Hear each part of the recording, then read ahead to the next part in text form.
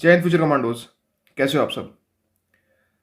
देखो यार, सबसे पहले तो आप लोगों के माइंड में ये आ रहा होगा कि 2026 की जो सर स्ट्रेटजी बताने वाले हैं ये सिर्फ गर्ल्स के लिए क्यों है। आप लोगों को बहुत अच्छे से पता है कि गर्ल्स की कट ऑफ बहुत ज़्यादा गई है इस बार, चाहे वो सी डी एस हो या एन डी ए हो। सी ए पी एफ और एफ कैट में तो ऐसा नहीं है, बट एन डी ए और सी डी एस में गर्ल्स की कट ऑफ अलग से आ रही है। तो ये मानो जो सी डी एस में ओ टी कट ऑफ जो बॉयज़ की गई है, कम से कम 30-40 नंबर कम होगी मेरे अकॉर्डिंग। गर्ल्स की तो मुझे ऐसा लगता है कि 100 क्रॉस कर गई। वो तो अब कट ऑफ एग्जैक्ट आने के बाद ही पता चलेगा। एक बात सोच कर देखो कि एक लड़के को सी डी एस में I M A, I N A और ए एफ ए की कट ऑफ क्लियर करने के लिए 3 सब्जेक्ट्स का कॉम्बिनेशन देखा जा रहा है। ठीक है, मैथ्स का, जी एस का और इंग्लिश का। जब कट ऑफ आएगी ना, तब आप देखना कि ऐसा भी हो सकता है कि जो ओ टी ए की गर्ल्स की कट ऑफ है, जो सिर्फ जी एस और इंग्लिश को मिलाकर बनी है, क्या पता वो आई एम ए की कट ऑफ से भी ज़्यादा हो। इसका मतलब है कि अब गर्ल्स को ऐसी तैयारी करनी है जो बॉयज़ के तीनों सब्जेक्ट्स को मिला के उससे भी ज़्यादा हो। देखो यार, गर्ल्स के बारे में मैं एक चीज़ कहना चाहता हूँ कि लड़कियों को बहुत सारी चीज़ों के साथ डील करके इस कट ऑफ को क्रॉस करना है। घर का काम भी करना पड़ता है, खाना भी बनाना होता है, मम्मी की हेल्प करनी होती है, बहुत सारी चीज़ करके आपको ये कट ऑफ क्लियर करनी है। ठीक है, मतलब लड़की को एक घर का काम भी करना पड़ रहा है, घर का सारा काम लड़कियां करती हैं, और उसके बाद ये कट ऑफ जाना बहुत बड़ी बात है। ठीक है, और जो लड़कियां इस कट ऑफ को क्लियर कर रही हैं, हेड्स ऑफ टू देम कि यार आप लोगों ने वो कट ऑफ क्लियर करी।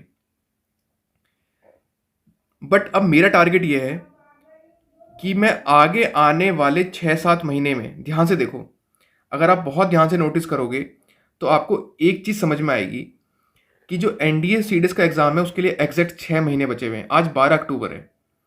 सी ए पी एफ के लिए कितने बचे हुए हैं? 8 महीने। और एफ कैट के लिए लगभग 4 महीने। तो अब हमारी स्ट्रेटेजी ऐसी होनी चाहिए कि कोई भी एग्ज़ाम हो वो क्लियर होना चाहिए। अब आप सोचोगे कि आप जी एस एफ कैट के लिए अलग तरीके से पढ़ोगे। ठीक है, अगर आप ये सोचोगे कि सी डी एस के लिए अलग तरीके से पढ़ोगे, तो फिर वहाँ कुछ चीज़ छोड़ोगे, सी डी एस में भी सोचोगे कि यार ये एफ कैट में आता है, एफ कैट को पढ़ोगे सोचोगे सी डी एस में आता है। अब जो मैं आपकी तैयारी कराऊंगा आगे आने वाले 4-5 महीने जो हम पढ़ने वाले हैं, वो एक ऐसी तैयारी होगी कि कोई भी हाथ नहीं पकड़ सकता, कोई भी। ठीक है, जिसने 6 महीने मेरे साथ पढ़ लिया वो अपने आप को एक अलग ही लेवल पर पाएगा।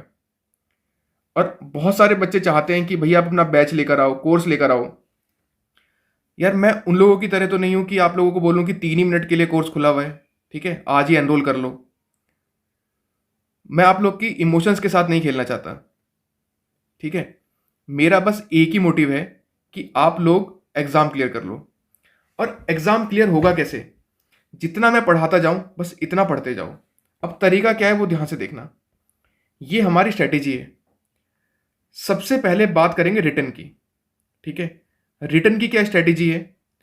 रिटर्न में हम टोटल 3 पार्ट में अगर डिवाइड करते हैं, जीएस, इंग्लिश, मैथ्स और रीजनिंग। ठीक है, तो ये जो मैथ्स और रीजनिंग वाला पोर्शन है ये आपका एफ कैट में आता है। किस में आता है? एफ कैट में। इसमें आपको कोई डाउट नहीं होगा।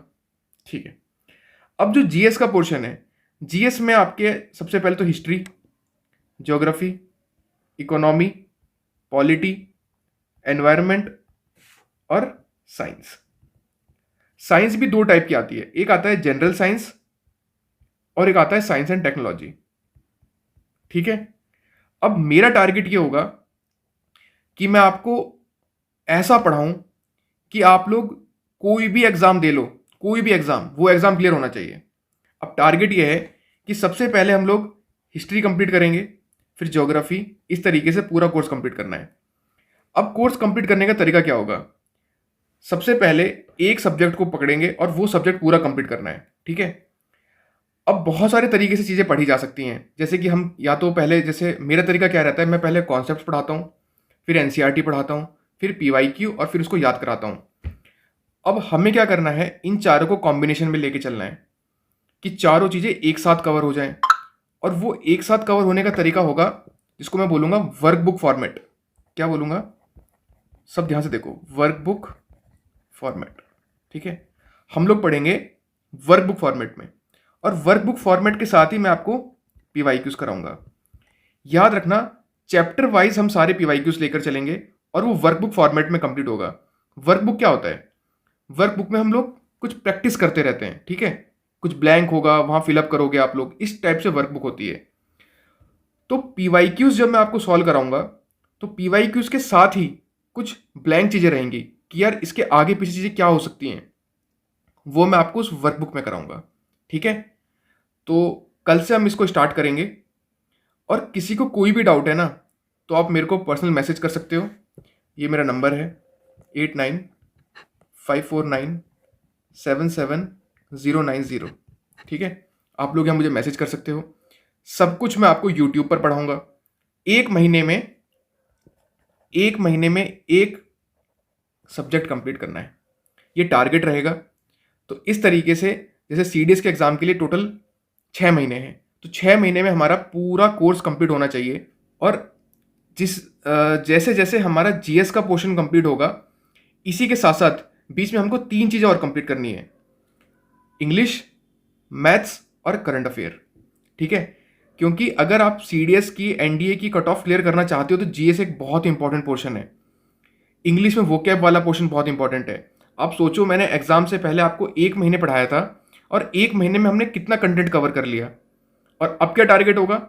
अब हमारा टारगेट है कि 6 महीने में हमको सब चीज़ें पढ़नी है। तो मैं आपको पीवाईक्यूज कराऊंगा चैप्टर वाइज। याद रखना, चैप्टर वाइज कंटेंट कवर होगा पूरा, और एक वर्कबुक फॉर्मेट में होगा। वर्कबुक होगी, पीवाईक्यू होगा। अगर आपने उस तरीके से कंप्लीट किया और एनसीईआरटीज का पोर्शन कंप्लीट साथ साथ में होगा, तो आप लोग ये समझ जाओगे कि यार पढ़ने का तरीका क्या है, ठीक है। अगर आपने 6 महीने मेरे साथ मेहनत कर ली, तो वो 6 महीने के बाद जब आप मुझे फ़ोन करके बोलोगे ना कि भैया एग्ज़ाम निकल गया, तो वो एक अलग ही मज़ा आ जाएगा आप लोगों को, ठीक है। और सारा खेल कितना है?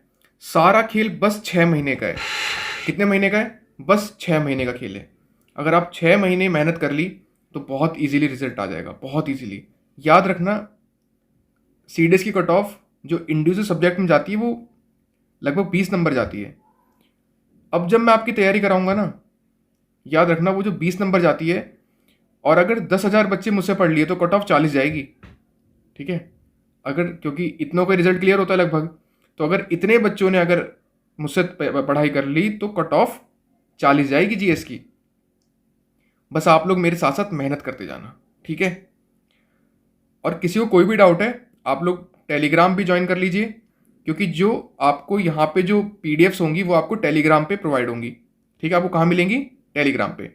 और दूसरी चीज़, व्हाट्सएप पे आप लोग मैसेज जरूर करिएगा कि अगर आपके माइंड में कोई डाउट आता है, या आप चाहते हो कि किसी और तरीके से पढ़ना, कि सर आप ये भी इंक्लूड करो, जो भी आप चाहते हो आप व्हाट्सएप पे मैसेज जरूर करना, ठीक है।